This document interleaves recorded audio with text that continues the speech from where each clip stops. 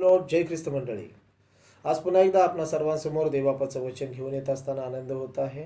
देवाचे प्रिय लोक, आज या सुंदर समयामध्ये देवबापाचं वचन जे आपल्या सर्वांच्यासाठी आहे ते आहे स्तोत्रसंहिता 8 आणि त्याचं 3 आणि 4 वचन. या ठिकाणी आपण वाचत आहोत स्तोत्रसंहिता 8 आणि त्याचं 3 आणि 4 वचन. त्या ठिकाणी असं लिहिलेलं आहे, आकाश जे तुझे अंगुली कार्य व त्यात तू नेमलेले चंद्र व तारे यांच्याकडे पाहावे तर मर्त्य मनुष्य तो काय की तू त्याची आठवण करावी, मानव तो काय की तू त्याला दर्शन द्यावे. दुसऱ्या शब्दामध्ये जर बोलायचं झालं तर या ठिकाणी स्तोत्रकर्ता असं म्हणतो, या आकाश, ही पृथ्वी, सूर्य, चंद्र, तारे, हे नभोमंडळ, या सर्व गोष्टी खूप मोठ्या मोठ्या गोष्टी आहेत. या सर्व गोष्टींच्या तुलनेमध्ये मनुष्य असा काय आहे की तू त्याची आठवण करावी, आणि मनुष्य असा काय आहे की तू त्याला दर्शन द्यावं. प्रभू, मनुष्य खूप लहानशी गोष्ट आहे, खूप छोटीशी गोष्ट आहे, आणि खरोखर या गोष्टीला महत्त्व द्यावं एवढं काही गरजेचं नाहीये. खरोखर मर्त्य मनुष्य तो काय की तू त्याची आठवण करावी, मानव असा काय आहे की तू त्याला दर्शन द्यावे. हालेलुया. ज्या वेळेमध्ये यशया आणि त्याचं 2 अध्याय 22 वचन आपण वाचतो, त्या वेळेमध्ये आपल्याला काय शिकायला मिळतं पहा. त्या ठिकाणी असं लिहिलेलं आहे, मनुष्याचे नावच घेऊ नका, त्याचा श्वास त्याच्या नाकपुड्यात आहे, त्याला काय जमेस धरावायचे आहे. हालेलुया. देवाचं वचन असं सांगतं, मनुष्याला काय जमेस धरायचं, म्हणजे मनुष्य, दुसऱ्या शब्दामध्ये मनुष्याला काहीच महत्व नाहीये. मनुष्यासाठी काहीच एक मोठपणाचा शब्द या ठिकाणी दिलेला नाहीये. त्याला काय जमेस धरायचं. त्याच्या नाकपुड्यामध्ये श्वास आहे, तोपर्यंत तो जिवंत राहतो, त्यानंतर तो मरून जातो. आपल्या सर्वांना माहीत आहे का उत्पत्ती आणि 2 अध्याय 7 वचनामध्ये प्रभूचं वचन असं शिकवतं की परमेश्वर देवाने मातीचा मनुष्य घडला आणि त्याच्या नाकपुड्यामध्ये जीवनाचा श्वास टाकला, त्याने आपला श्वास टाकला, आणि त्यानंतर मनुष्य हा जीवधारी प्राणी झाला. उत्पत्ती 2 अध्याय आणि त्याच्या 7 वचनात आपण वाचतो. खरोखर मनुष्याच्या नाकपुड्यामध्ये, त्याच्या शरीरामध्ये जोपर्यंत देवाने दिलेला हा श्वास आहे तोपर्यंत मनुष्य जे काही ते करू शकतो. त्या मनुष्याला काय जमेस धरायचं असं देवाचं वचन सांगतं. हालेलुया. हे आकाश, हे सूर्य, चंद्र, तारे आणि हे सर्व नवमंडळ, नक्षत्र, या सर्व जर गोष्टी पाहिल्या, या सर्व मोठमोठ्या गोष्टी आहेत. याच्या तुलनेमध्ये मर्त्य मनुष्य तो काय की तू त्याची आठवण करावी, आणि मानव तो काय की तू त्याला दर्शन द्यावे. हालेलुया. असं स्तोत्रकर्ता म्हणत आहे.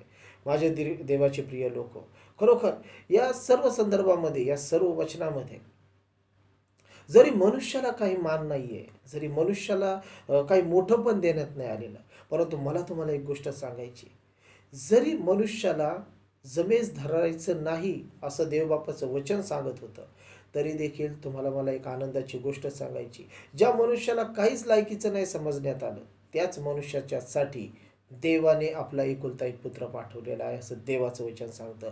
रोमकाराचं पत्र वाचूयात, आणि रोमकाराचं पत्र आणि त्याचा 5 अध्याय आणि त्याचं 6 आणि 7 आणि 8 वचन असं सांगतं, आपण दुर्बळ असतानाच ख्रिस्त सुविळ या भक्तांसाठी मरण पावला. नीतिमान मनुष्यासाठी मरणारा विरळा, नीतिमान मनुष्यासाठी कोणी मरणारा विरळा, चांगल्या मनुष्यासाठी मरण्यास कोणी धाडस करील. परंतु देव आपणावरच्या स्वतःच्या प्रीतीचं प्रमाण हे देतो की आपण पापी असताना ख्रिस्त आपल्यासाठी मरण पावला. हालेलुया. देवाचं वचन असं सांगतं की आपण पापी असताना, मनुष्य पापी असताना, येशू जो देवाचा पुत्र तो तुमच्या आणि माझ्यासाठी मरण पावला. त्या देवाची प्रीती तुमच्यावरती इतकी मोठी आहे, माझ्यावरती इतकी मोठी आहे की आपण पापी होतो, आपल्याला काही गोष्टींची जाणकारी नव्हती, आपण देवाच्या गोष्टींच्या विरोधात वागत होतो, देवाच्या नियमांच्या विरोधात वागत होतो, देवावरती प्रीती करत नव्हतो, देवाचे आज्ञापालन करत नव्हतो.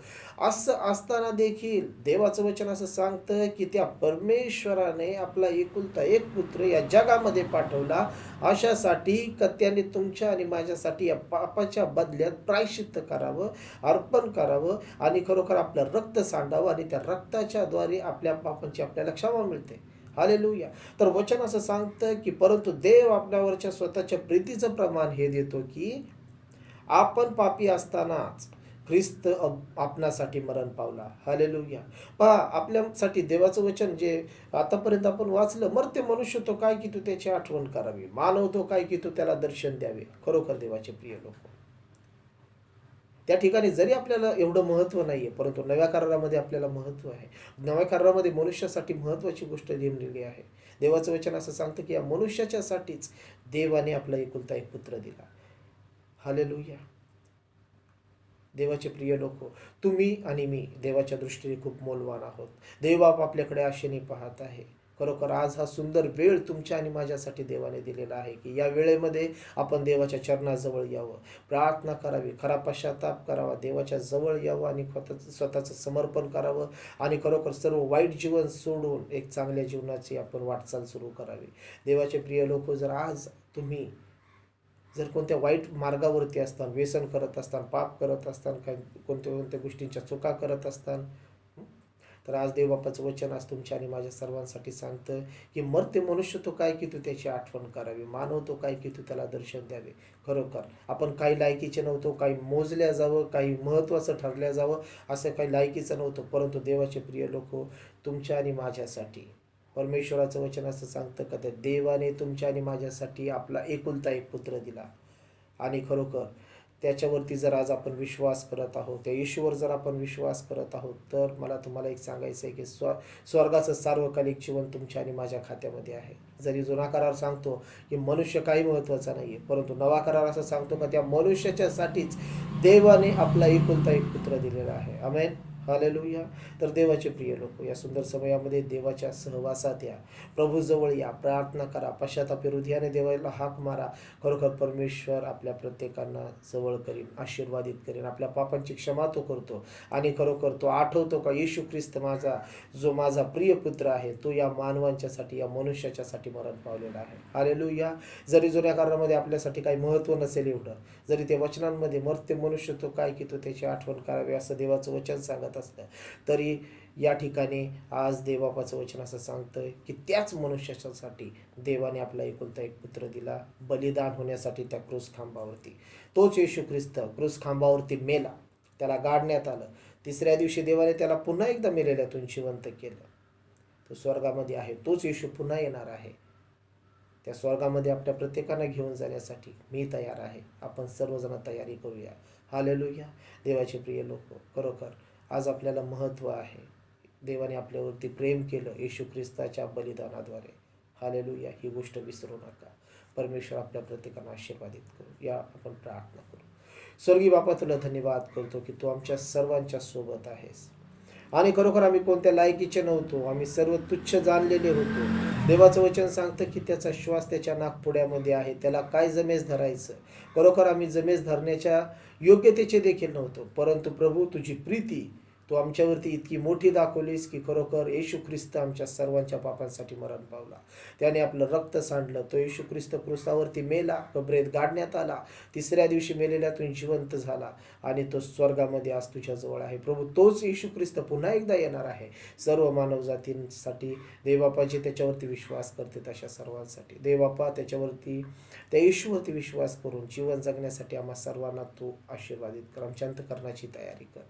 जे भाऊ आणि जे बहीण हा संदेश ऐकत आहे त्यांच्या जीवनामध्ये, त्यांच्या घर, कुटुंब, परिवारामध्ये मोठमोठे चिन्ह चमत्कार कर, आशीर्वादित त्यांचं जीवन कर आणि होऊ दे त्यांच्या जीवनाच्या द्वारे तुला गौरव, त्यांच्या जीवनात, त्यांच्या घरात तुझं तारण येऊ दे. प्रभू धन्यवाद आणि धन्यवाद. तुझं संरक्षण त्यांच्या सर्वांसोबत असू दे, तुझा आशीर्वाद आणि कृपा त्या प्रत्येकांच्या सोबत असू दे.